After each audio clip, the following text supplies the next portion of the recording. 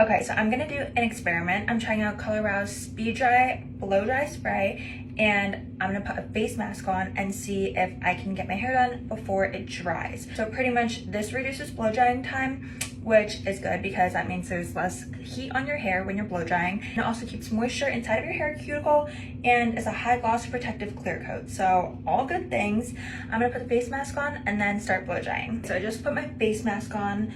I took a shower, my hair is still pretty wet, and now I'm just going to spray this throughout my hair.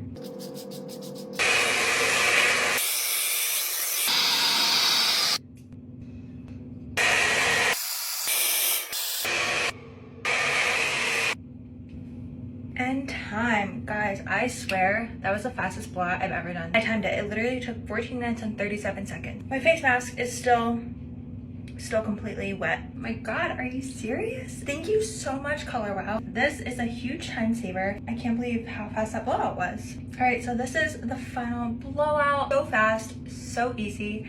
Thank you so much, Color Wow.